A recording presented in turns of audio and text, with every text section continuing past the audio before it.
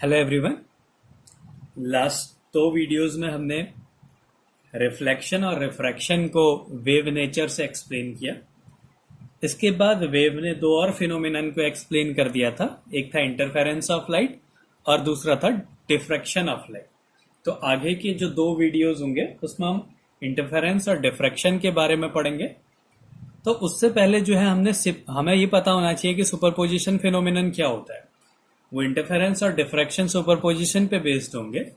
तो सुपरपोजिशन क्या होता है? तो हमारे पास दो टाइप्स की वेव होती हैं, दो टाइप की वेव्स होती हैं। एक होती है कंसिस्टेंट वेव और एक होती है इनकंसिस्टेंट वेव। तो कंसिस्टेंट वेव्स क्या होती हैं? जिसमें क्रेस्ट और ट्रफ एक इंटरवल के बाद वो अपने नेचर को, अपने पाथ को रिपीट करती है। तो वो है कंसिस्टेंट वेव। इसका एम्पलीट्यूड फिक्स रहेगा, फ्रीक्वेंसी फिक्स रहेगी, टाइम पीरियड फिक्स रहेगा। तो ये क्या है? कंसिस्टेंट वेव है। इनकंसिस्टेंट वेव क्या होती है? इसका एम्पलीट्यूड फिक्स नहीं है, इसकी फ्रीक्वेंसी भी जरूरी नहीं है कि सेम हो, नहीं भी हो सकती है। तो ये होती है इनकंसिस्टेंट वेव। तो जो हमने जो आगे के दो फिनोमिना पढ़ने हैं वो कंसिस्टेंट वेव के लिए। तो अब जो सुपरपोजिशन होते हैं वो दो टाइप के होते हैं। एक होता है कंस्ट्रक्टिव सुपरपोजिशन, एक होता है डिस्ट्रक्टिव सुपरपोजिशन। तो कंस्ट्रक्टिव सुपरपोजिशन क्या होता है? जब क्रेस्ट और ट्रफ जो है सेम टाइम पे एक दूसरे से मिलते हैं, तो वहां पे क्या होता है? कंस्ट्रक्टिव सुपरपोजिशन होता है। जैसे ये दो वेव हैं, ये ए है और ये बी है, ये दो वेव्स हैं। इसका क्रेस्ट सेम टाइम पे है, ये ट्रफ सेम टाइम में क्रेस्ट और ट्रफ जो है वो आगे को बढ़ते हैं। तो क्या होता है? ये जो है ऐड हो जाएगा, जो रिजल्टेंट है, ये दोनों सुपर इम्पोज हुई। सुपर इम्पोज होने के बाद क्या हुआ? ये इनका जो एम्पलीट्यूड है वो डबल हो गया। तो ये क्या है? कंस्ट्रक्टिव सुपरपोजिशन है। कंस्ट्रक्टिव सुपरपोजिशन कब होगा? जब उनका जो फेज डिफरेंस है वो 0, 2 पाई, 4 पाई या 2n पाई हो। 2n पाई जहां पे n की वैल्यू 0, 1, 2, 3, 4 है। तो इस केस में क्या होगा? दो वेव्स के बीच में अगर फेज डिफरेंस 2n पाई का होता है तो सुपरपोजिशन कैसा होता है? कंस्ट्रक्टिव सुपरपोजिशन होता है। या पाथ डिफरेंस उनके बीच में 0 लैम्डा, 2 लैम्डा, n लैम्डा का हो, जहां पे n की वैल्यू जो n है हम 0, 1, 2, 3 ले रहे हैं। तो क्या होगा? जो सुपरपोजिशन है वो कंस्ट्रक्टिव सुपरपोजिशन होगा, कंस्ट्रक्टिव सुपरपोजिशन होगा। लेकिन अगर इसका उल्टा है, क्रेस्ट और ट्रफ जो है सेम टाइम पे नहीं मिल रहे हैं जब वो सुपर इम्पोज कर रही है, तो एक का क्रेस्ट, एक का ट्रफ दूसरे का क्रेस्ट है, तो क्या होगा? ये जो है यहाँ पे कोई लाइट नहीं मिलेगी, हमें डार्क स्पॉट मिलेगा। तो इस टाइप का जो फिनोमेना होता है इसको बोलते हैं डिस्ट्रक्टिव सुपरपोजिशन। Destructive superposition. तो कंस्ट्रक्टिव सुपरपोजिशन में हमें ब्राइट फ्रिंज मिल रही है, एक ब्राइट पोर्शन मिलेगा, और डिस्ट्रक्टिव सुपरपोजिशन में हमें डार्क दिखेगा, वहां पे कुछ नहीं होगा, डार्क होगा। अब डिस्ट्रक्टिव सुपरपोजिशन कब होता है? जब फेज डिफरेंस पाई, 3 पाई, 5 पाई या 2n-1 पाई का हो। तो फेज डिफरेंस, तो क्या होगा? जो सुपरपोजिशन होगा वो डिस्ट्रक्टिव सुपरपोजिशन होगा। यहां पे हम n की वैल्यू 1, 2, 3, 4 ले रहे हैं। अब पाथ डिफरेंस λ/2, 3 λ/2, 2n-1 λ/2 है। तब क्या होगा?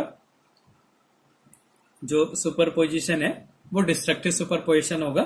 वहां पे दो वेव्स अगर सुपर इम्पोज कर रहे हैं तो एक डार्क होगा, वहां पे कुछ नहीं होगा। फिर अगला होता है कोहेरेंट सोर्सेस। कोहेरेंट सोर्सेस क्या होता है? ऐसे सोर्स जहां पे क्रेस्ट और ट्रफ जो है सेम टाइम पे मिले, सेम इंस्टेंट पे, एक ही इंस्टेंट पे, वो एक ही पोजीशन पे हो, तो वहां पे क्या होता है? वो ऐसी वेव्स को हम बोलेंगे कोहेरेंट वेव। ऐसी दो वेव्स जिनकी फ्रीक्वेंसी, वेवलेंथ, एम्पलीट्यूड सेम हो, उनको बोलते हैं हम कोहेरेंट वेव्स।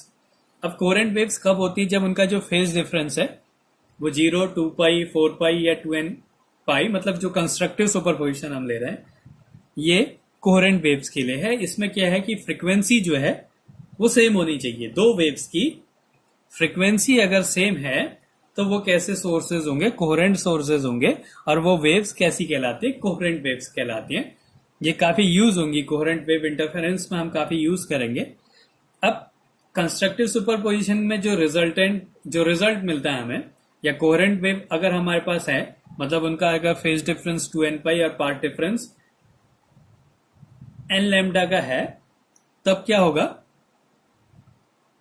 एन लैम्डा का अगर पार्ट डिफरेंस है तो क्या होगा? वो वेव्स कैसी कहलाती है? कोहेरेंट वेव कहलाती है। उसमें क्या होता है, जो एम्पलीट्यूड होता है वो डबल हो जाता है। ये ए है, माना इसका एम्पलीट्यूड A1 है, इसका एम्पलीट्यूड A2 है, तो यहाँ पे एम्पलीट्यूड क्या हो जाएगा? A1 प्लस A2 हो जाएगा। और जो उनकी इंटेंसिटी है वो 4 टाइम्स हो जाती है। जो इंटेंसिटी होती है वो एम्पलीट्यूड के स्क्वायर के डायरेक्टली प्रोपोर्शनल होती है। तो एम्पलीट्यूड डबल हो जाएगा और इंटेंसिटी क्या हो जाती है? 4 टाइम्स हो जाती है। तो ये है सुपरपोजिशन फिनोमिनन, कंस्ट्रक्टिव सुपरपोजिशन, जब क्रेस्ट और ट्रेफ्स एक इंस्टेंट पे एक पोजीशन पे हो।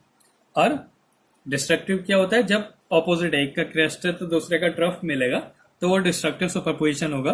कोहेरेंट सोर्सेज क्या होते हैं? ऐसे दो सोर्स जिनकी फ्रीक्वेंसी, वेवलेंथ, एम्पलीट्यूड सब एक जैसा होता है, वो कोहेरेंट सोर्सेज कहलाती है। और ऐसी वेव्स को कोहेरेंट वेव कहते हैं। अब अगर हम दो अलग अलग सोर्सेज से कोहेरेंट वेव्स बनाना चाहें तो ऐसा पॉसिबल नहीं होता है। Any two sources of light can never be coherent. तो क्वेश्चन भी पूछा जाता है कभी कभी,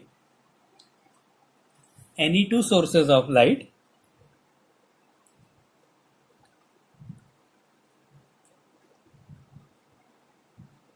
light can never be coherent. Explain.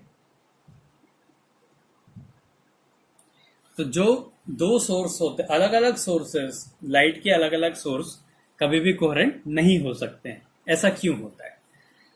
देखो, जो वेव्स होती हैं वो बहुत सारे इलेक्ट्रॉन्स के वाइब्रेशन से बनती है, जिसकी अपनी फ्रीक्वेंसी, वेवलेंथ होगी। जो लाइट है वो बहुत सारे इलेक्ट्रॉन्स के वाइब्रेशन से बनती है, जिसकी अपनी अपनी एक फ्रीक्वेंसी होती है। और जब हम वहां पे एक वेव बोलते हैं, वो एक पर्टिकुलर वेव नहीं है, बहुत सारी वेव्स का कॉम्बिनेशन है। या उस वेव में बहुत सारे इलेक्ट्रॉन्स के वाइब्रेशन का मीन लिया जाता है। तो एक इलेक्ट्रॉन वाइब्रेट कर रहा है, एक दूसरा इलेक्ट्रॉन वाइब्रेट कर रहा है, मतलब मिलियंस ऑफ इलेक्ट्रॉन्स यहां पे वाइब्रेट कर रहे हैं। वैसे ही बहुत सारे इलेक्ट्रॉन्स यहां पे वाइब्रेट कर रहे हैं। यहां पे हर एक इलेक्ट्रॉन की अपनी एक फ्रीक्वेंसी है, तो उसकी एक मीन फ्रीक्वेंसी हमने ले ली। ऐसे ही यहां पे भी बहुत सारे इलेक्ट्रॉन्स है, उनकी अपनी अपनी फ्रीक्वेंसी है, और हम उसकी एक मीन फ्रीक्वेंसी ले रहे हैं। तो इसकी फ्रीक्वेंसी से बिल्कुल मैच करे, ऐसा पॉसिबल नहीं होता है। इसलिए दो अलग अलग सोर्सेज कभी भी कोहेरेंट नहीं हो सकते। तो इसको लिख देते हैं, in each source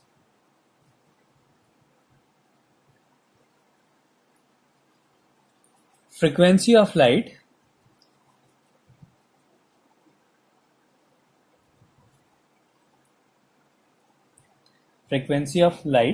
is mean frequency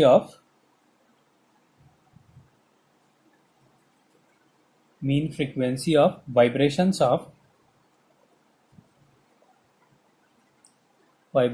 of million of electrons having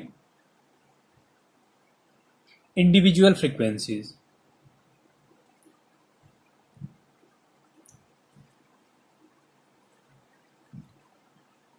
तो बहुत सारे फ्रीक्वेंसीज के वाइब्रेशन का, जिनकी अपनी अपनी कुछ फ्रीक्वेंसी होगी, उसका मीन निकाल दें, तो वो जो होती है एक सोर्स की में जो लाइट होती है उसकी फ्रीक्वेंसी होती है। In each source frequency of light is mean frequency of vibrations of millions of electrons having individual frequency. Therefore probability that it will exactly match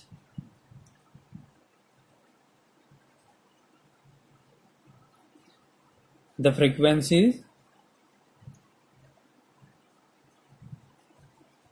frequency of other source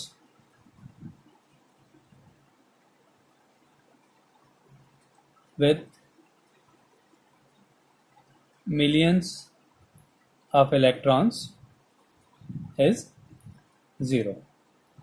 तो इसकी mean frequency, इसके बहुत सारे electrons की mean frequency का mean निकाला, इसमें बहुत सारे इलेक्ट्रॉन्स की फ्रीक्वेंसी का मीन निकाला, तो ऐसा पॉसिबल नहीं होता है कि इसके जो फ्रीक्वेंसी हो इसकी फ्रीक्वेंसी से एग्जैक्टली मैच करे।